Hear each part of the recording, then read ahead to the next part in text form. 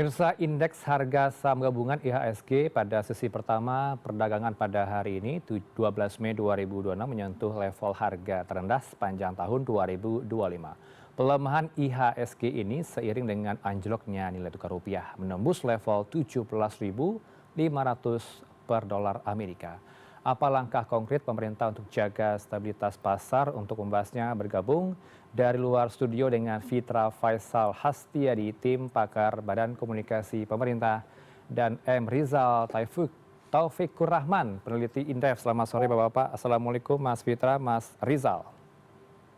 Baik, alhamdulillah, waalaikumsalam. Ya, terima kasih sudah meluangkan waktu. Saya mau ke Mas Rizal terlebih dahulu mencermati hari ini kondisinya, Mas. Rupiah sudah mulai anjlok di angka 17.500, IHSG melemah. Apa saja yang bisa Anda lihat dari sini?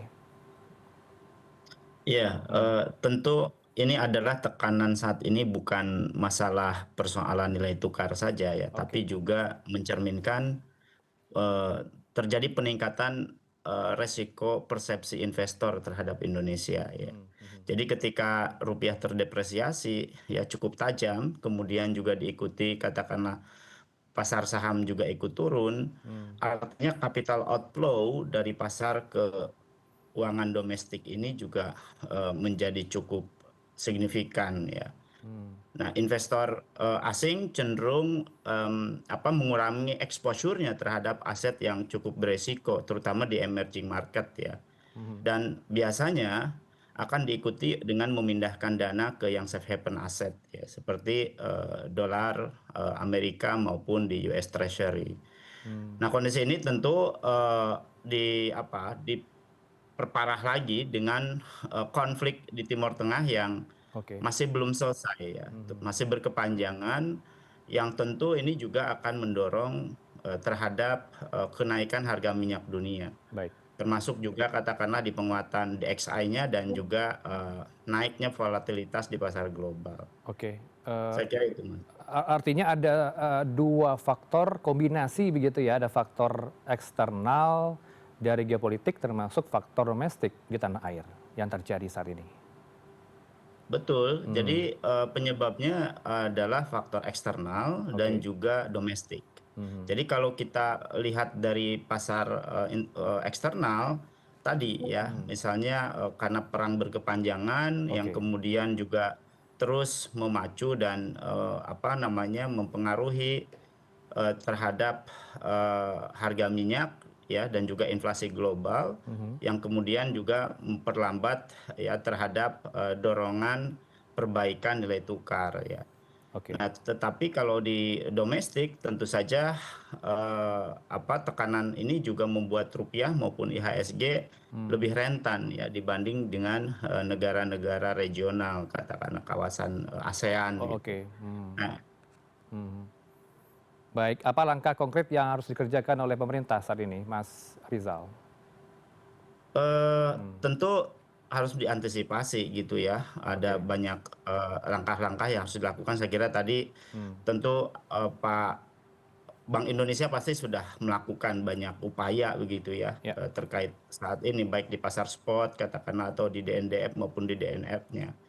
Tapi yang paling pasti tentu perkuat stabilisasi rupiah ya secara agresif, tentu harus Oke. terukur dengan melakukan triple intervention yang saya tadi sampaikan ya, pasar spotnya, DNDF-nya maupun DNF-nya ya, Baik. termasuk juga saya kira pembelian SBN di pasar sekunder. Kemudian percepat juga ya implementasi DHESDA 100% di dalam negeri, Oke. dan kita juga perlu memastikan devisa harga ekspor khususnya di komoditas sumber daya alam ini lebih lama tersimpan di sistem keuangan domestik agar apa ya Baik. pasokan dolarnya semakin naik. Saya kira itu.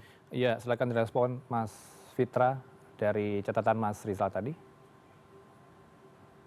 Ya, jadi kalau kita mau tahu ya kenapa rupiah itu tertekan ya. Jadi dalam hitungan saya kalau Ya. kita bicara mengenai variance decomposition Oke. atau apa sih kemudian penyebabnya rupiahnya itu paling besar dari sisi apa?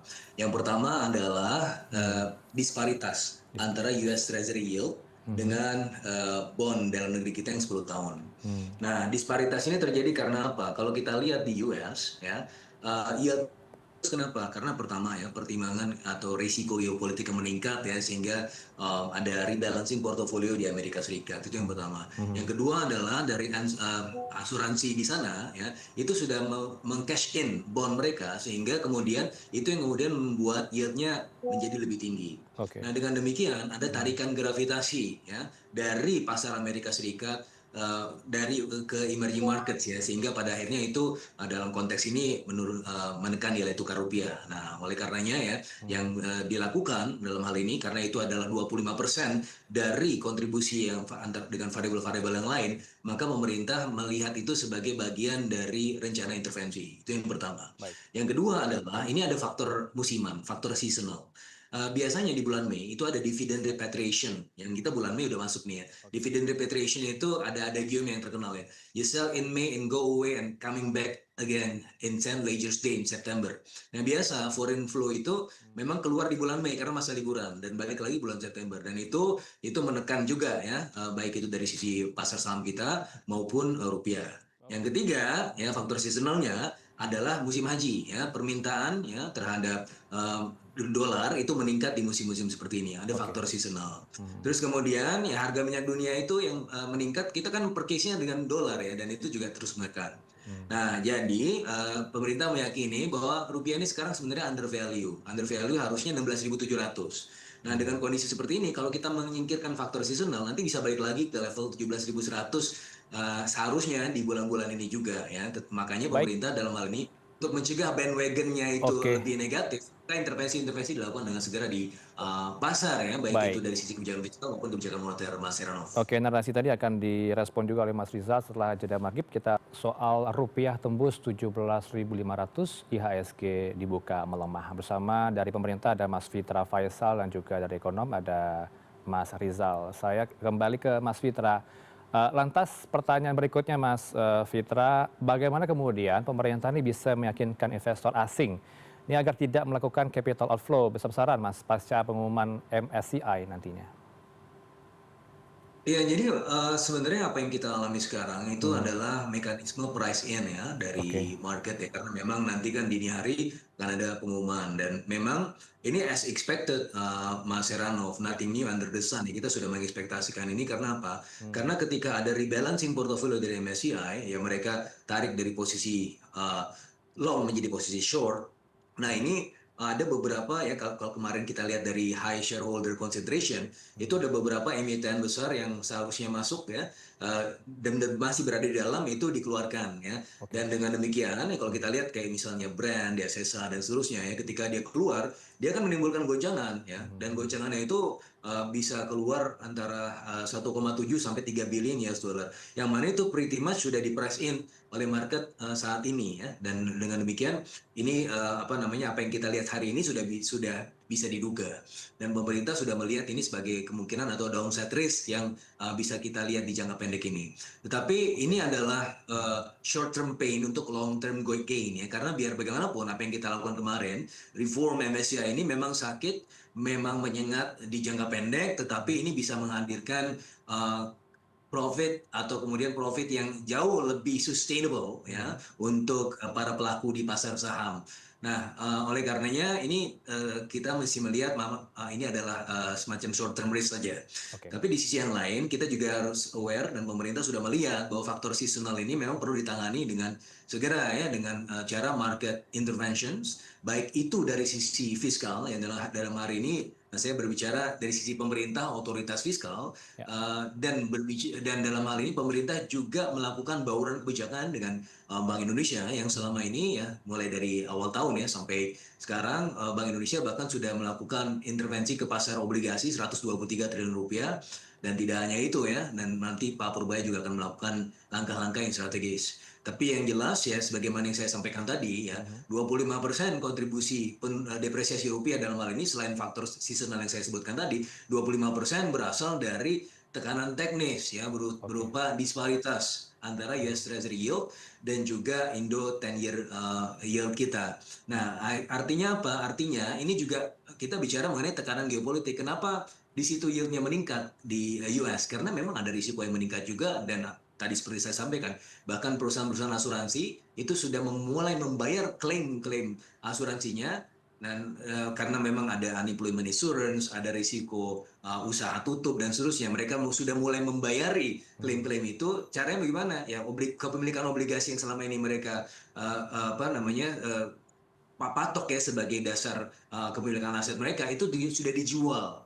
Dijual kenapa? Untuk mendapatkan cash. Makanya itu menghadirkan tekanan juga tambahan secara struktural kepada US Treasury yield. Nah, makanya ini hal yang pada akhirnya pemerintah melihat ini sebagai hal yang harus diintervensi secara segera, dan baik itu apa yang disampaikan Pak Purbaya maupun apa yang dilakukan oleh Bank Indonesia itu sudah sejalan dan sesuai dengan rapat kita beberapa hari lalu di kabinet. Ya, jadi saya hadir di situ juga.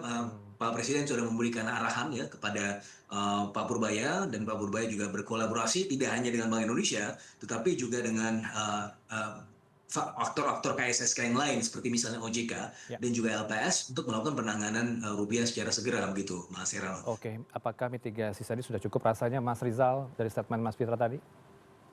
Ya, saya kira apa namanya yang dilakukan oleh pemerintah ya sudah di jalur yang memang tepat ya, karena fokus utamanya adalah memang menjaga stabilitas pasar keuangan dan juga kepercayaan investor ya di tengah tekanan global yang tinggi ini. Oke. Tentu Bank Indonesia kan dengan strategi mempertahankan BI rate katakanlah begitu ya, kemudian juga memperkuat triple intervensi di pasar uang, termasuk juga di falas, juga mengoptimalkan instrumen seperti RSBI gitu ya.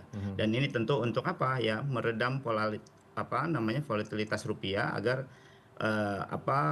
bergerak ya tidak terlalu volatile ya. Oke. Jadi saya kira tentu langkah yang paling penting adalah bagaimana sinergi dari kebijakan dari instrumen KSSK seperti Bank Indonesia gitu ya, kemudian LPS termasuk juga OJK itu bahu-membahu begitu ya, mensinkronkan setiap kebijakan agar kredibilitas ya dan juga stabilitas bisa mitigasi itu. Baik, pendapat lainnya juga saya himpun, Mas Rizal, rebalancing MSCI ini tetap memiliki pengaruh besar terhadap arus dana asing dan pergerakan IHSG.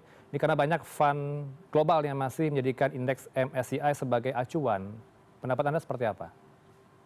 Iya, saya kira karena MSCI tentu rebalancing ini akan punya pengaruh besar ya terhadap pasar keuangan domestik, terutama di arus dana asing, kemudian juga nilai tukar rupiah dan pergerakan IHSG ini yang notabene kedua-duanya katakanlah nilai tukar maupun IHSG turun gitu ya. Artinya apa? Banyak di global fund ya termasuk juga investor institusi internasional yang kemudian masih menggunakan indeks ini sebagai benchmark utama di dalam menentukan alokasi portofolio mereka. Jadi ketika ada saham di Indonesia katakanlah yang keluar ataupun masuk ya, maka bobotnya akan berubah terhadap indeks MSCI ini, dan ini sangat sensitif terhadap fund global gitu. Oke, silakan Anda respon juga, Mas Fitra. Ada rebalancing MSCI yang tetap memiliki pengaruh besar terhadap arus dana asing dan pergerakan IHSG. Sekaligus closing statement Anda. Ya betul. Memang dari sisi dekomposisi rupiah, MSCI itu juga memegang peranan penting ya. Tapi sekali lagi ini short term pain untuk long term gain ya. Reform kita sudah lakukan, dan at the end of the day ya pada akhirnya MSCI itu juga akan melihat return on equity. Return on equity dasarnya apa? Pertumbuhan ekonomi. Growth kita Q1 sudah 5,61%. Jadi apa yang kita lihat di hari ini itu sebenarnya sudah pretty much expected plus faktor seasonal. Nah, nanti di window berikutnya pengumuman MSCI berikutnya ketika reform ini memang sudah dijalankan dan MSCI sudah happy dengan itu, ya bisnis as usual lagi. Dan ketika bisnis as usual, mereka akan melihat potensi return on equity. Return on equity emiten itu berasal dari apa? Potensi revenue. Potensi revenue dari emiten dari mana? Dari growth. Nah, GDP growth. Maka ini yang kemudian saya kira ya ini bukan merupakan masalah yang sangat besar ya nanti karena bisa potensi rebound lagi. Justru sekarang adalah saatnya kalau misalnya teman-teman yang belum bisa mengkoleksi saham-saham blue chips, ini saatnya untuk beli menurut saya. Dan ini adalah peluang buat kita, window-nya 10, dan nanti kalau udah bangkit lagi harganya kemahalan. Jadi silakan masuk. Baik, oke. Kita tangkap poinnya dan semoga esok berganti headline-nya begitu ya, tidak jebol tapi menguat rupiah kita dan IHSG dibuka menguat juga untuk hari esok berbanding terbalik atau kontradiktif dengan dialog pada hari ini. Terima kasih untuk Anda Bapak-Bapak, Mas Fitra Faisal Hastiadi, tim pakar Bakom pemerintah dan juga Mas M. Rizal Taufikur Rahman, peneliti Indef. Selamat sore menjelang malam. Assalamualaikum.